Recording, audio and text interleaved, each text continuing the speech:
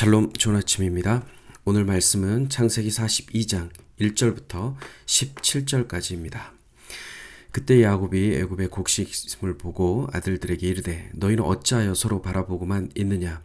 야곱이 또 이르되 내가 들은즉 저 애굽에 곡식이 있다 하니 너희는 그리로 가서 거기서 우리를 위하여 사오라. 그러면 우리가 살고 죽지 아니하리라 하매 요셉의 형 10사람이 애굽에서 곡식을 사려고 내려갔으나 야곱이 요셉의 아우 베냐민은 그의 형들과 함께 보내지 아니하였으니 이는 그의 생각에 재난이 그에게 미칠까 두려워함이었더라.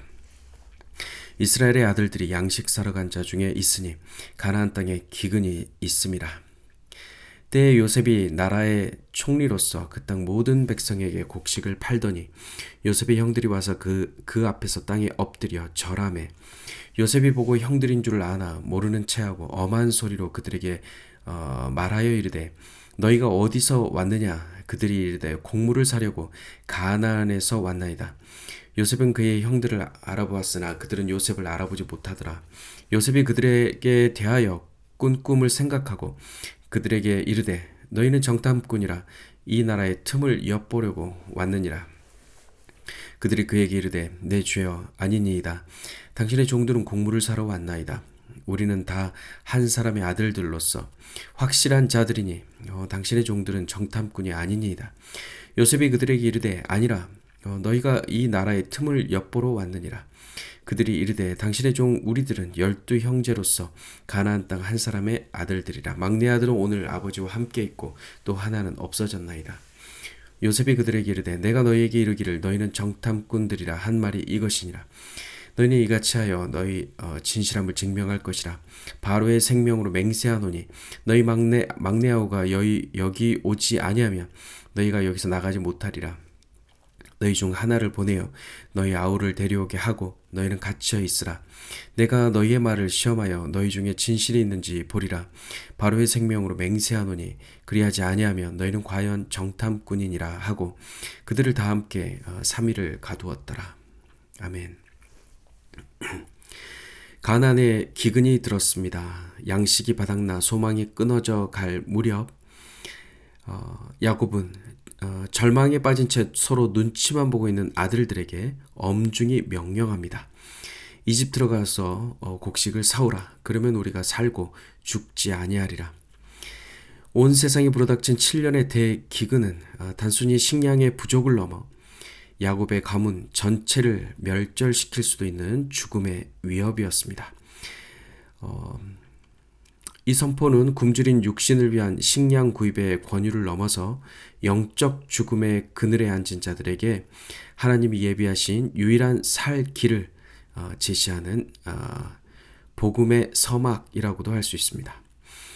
요셉에게로 가서 그가 쌓아둔 곡물을 얻어야만 생명을 보존할 수 있는 이 사실은 구속사적 안목에서 볼 때 인류의 유일한 구원자에게로 우리가 나아가야 함을 시사하고 있습니다.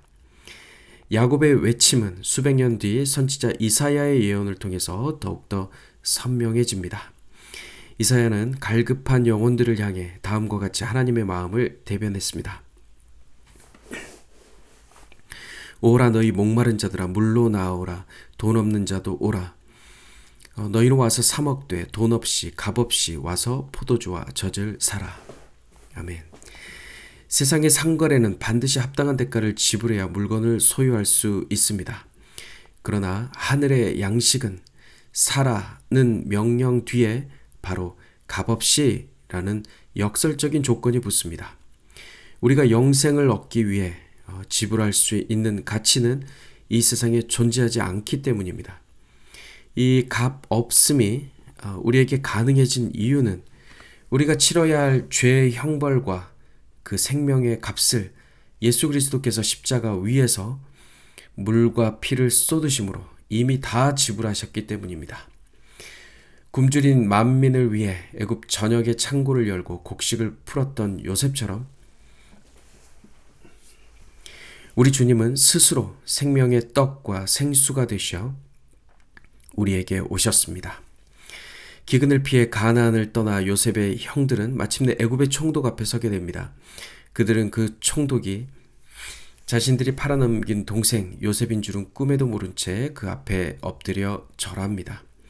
이 극적인 장면은 20년 전에 소년 요셉이 꾸었던 바로 그 꿈이 단 한치의 오차도 없이 현실로 성취되는 바로 그 순간이 되었습니다.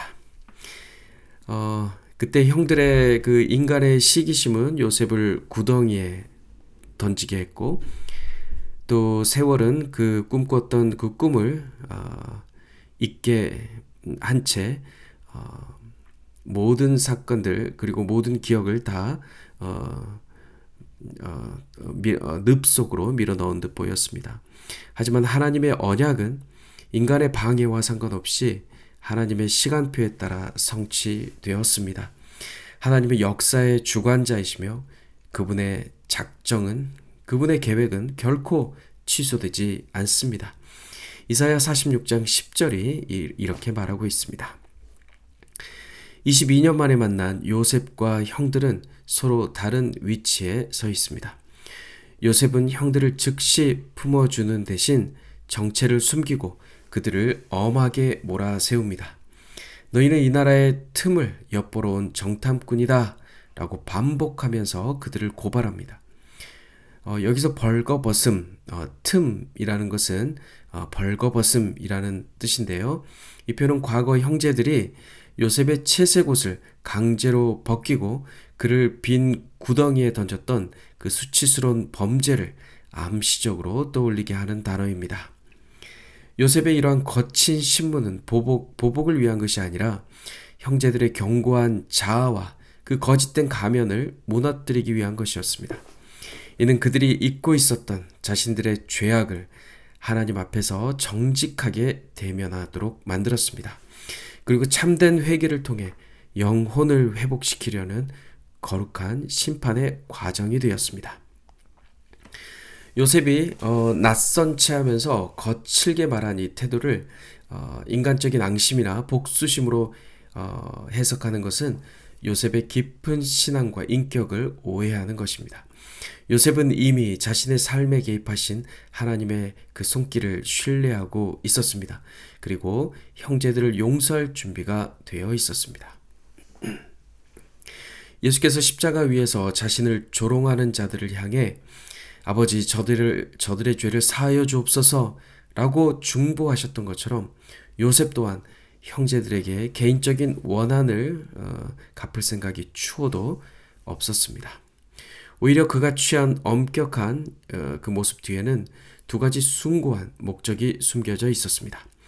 첫째, 가족을 향한 뜨거운 사랑과 갈망입니다. 총독의 권위로 그들을 신문함으로써 오랫동안 생사를 알 길 없었던 아버지 야곱과 막내 동생 베냐민의 그 안위를 확인하고자 했습니다. 그래서 형들에게 누명을 벗으려고 막내 동생을 데리고 와서 결백을 증명하라 라고 합니다. 누명을 벗으려면 그리하라 라고 했습니다. 둘째, 형제들의 진정한 변화와 회개를 유도하기 위함이었습니다.